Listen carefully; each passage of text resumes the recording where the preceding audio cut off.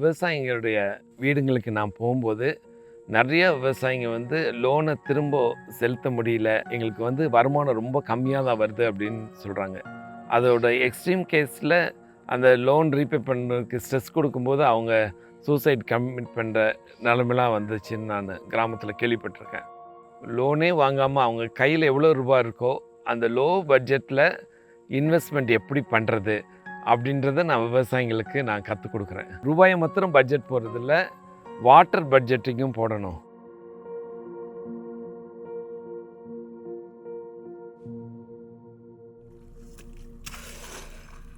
விவசாயிகள் தற்கொலைகளை ஒழிக்க வேண்டும் என்பதுதான் டேவிட் ராஜபியூலாவின் மிகப்பெரிய குறிக்கோள். விவசாயிகளின் நலனுக்காக கடந்த 35 ஆண்டுகளாக பணியாற்றி வரும் டேவிட் தமிழக வேளாண்மை துறையில் பணியாற்றியவர்.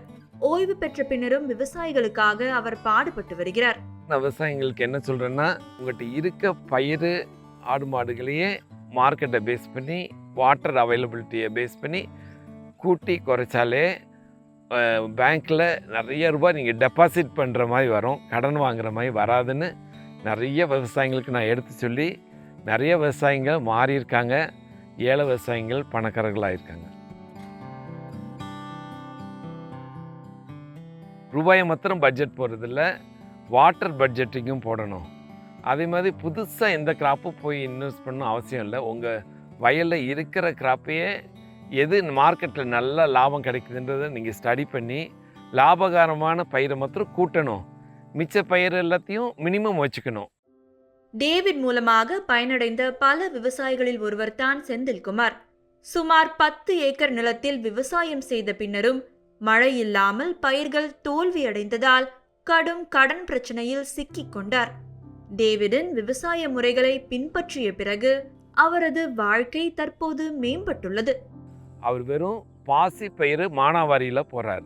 போட்டு மழை வந்தால் கொஞ்சம் லாபம் வருது, மழை வராட்டினா எல்லாமே நஷ்டமாயிடுது. இல்லை, முதல்ல விவசாயம் மானாவாரிக்கு தகுந்த மாதிரி போட்டுட்டு மற்ற இடத்துல மகசூல் போடாமல் இருப்போம். வருஷத்தில் ஒரு 3 மாதம் தான் அந்த மகசூல் இருக்கும், மறுபடியும் ஒரு 7 மாதம் சும்மா தான் இருக்கலாம்.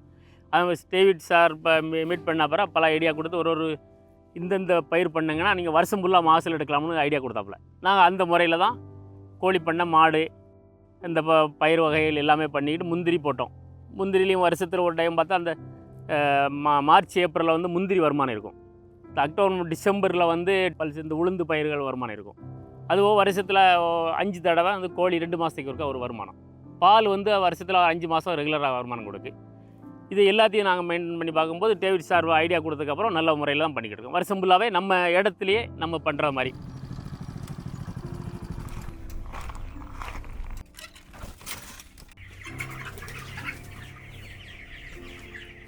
கோழியோட வேஸ்டெல்லாம் அவர் முந்திரி மரத்துக்கும் மானாவாரி பயிருக்கும் அவர் போட்டார். அதனால் அதுலேருந்து வர மகசூலும் கூடிச்சு.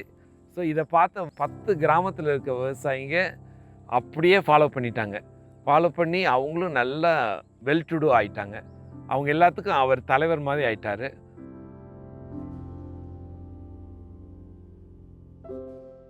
அடுத்த கட்டம்னா நம்ம விவசாய உற்பத்தி நம்ம இயற்கை முறையில் விவசாயம் பண்ணி அந்த மருந்து கெமிக்கலை சேர்க்காத அளவுக்கு பண்ணி, கெமிக்கல் வரக்கூடாது. கெமிக்கல் வந்தால் மனுஷன் நோய் தானே, நம்ம நோயை தான் உருவாக்குதோ, நோயை சாப்பிடுவோம். அப்படிங்கும்போது கெமிக்கலே வராத அளவுக்கு விவசாயம் பண்ணி எல்லோரும் நம்மளை மாதிரி உருவாக்கணும் அப்படிங்கிற ஒரு மனநிலைமையில் நம்ம செஞ்சுக்கிட்டு இருக்கோம்.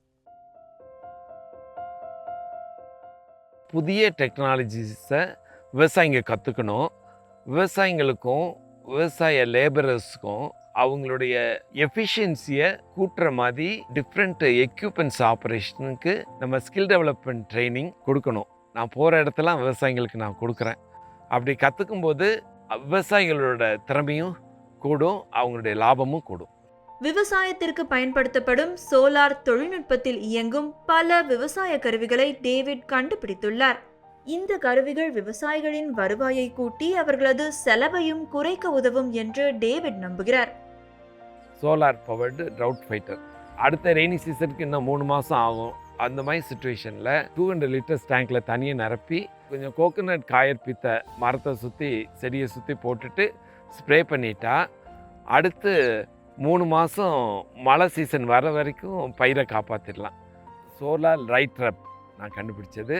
சூரிய வெளிச்சத்துலேருந்து எனர்ஜியை சேவ் பண்ணி நைட் அந்த லைட்டை ஆட்டோமேட்டிக்காக ஆன் பண்ணிடும். அதில் கீழே தட்டில் தண்ணியும் ஷாம்புவும் இருக்கும். பறக்கிற பூச்சிகள் எல்லாரையும் அது பிடிச்சிரும். ஆமாம்மா, மருந்து அடிக்கிறது குறையும். இப்போது 1000 ரூபாய்க்கு மருந்து அடிக்கிறீங்கன்னா ஒரு 200 ரூபாய்க்கு குறைஞ்சிரும். அடுத்து சோலார் பேக் பேக் ஸ்ப்ரேயர். ஒரு ஸ்ப்ரே பண்ணணுன்னா அது பெட்ரோல் வாங்குறதுக்கே விவசாயி ரொம்ப தூரம் போய் வாங்கிட்டு வர வேண்டியிருக்கு. ஸோ அதை அவாய்ட் பண்ணுறதுக்காக சோலாரில் இந்த பேட்டரி ஸ்ப்ரேயரை நான் ஃபிட் பண்ணியிருக்கேன். விளக்கு பொறின்னு சொல்கிறாங்க. அந்த சோலார் மூலம் இது பண்ணி அது நைட்டுக்கு நம்ம தோட்டத்தில் வச்சிட்டோம்னா அது ஒரு தண்ணி ஊற்றி அதில் ஒரு ஆயில் மாதிரி ஊற்றி விட்டுறணும். ஒரு ரவுண்டாக ஒரு பாத்திரம் மாதிரி வச்சு அது நைட்டுக்கு லைட் எரியும் போது அதில் உள்ள வண்டுகள் பூரா வந்து அதில் வந்து விழுந்துடும். நல்ல முறையில் நமக்கு மகசூல் கிடைக்கும். அது வந்து நல்ல ஒரு திட்டம் தான். நல்ல இது வந்து அதுக்கும் ஐடியா கொடுத்து சார் டேவிட் சார் ஐடியா கொடுத்து பண்ணாங்க. அது நல்ல முறையில் பண்ணிக்கிட்டு இருக்கோம்.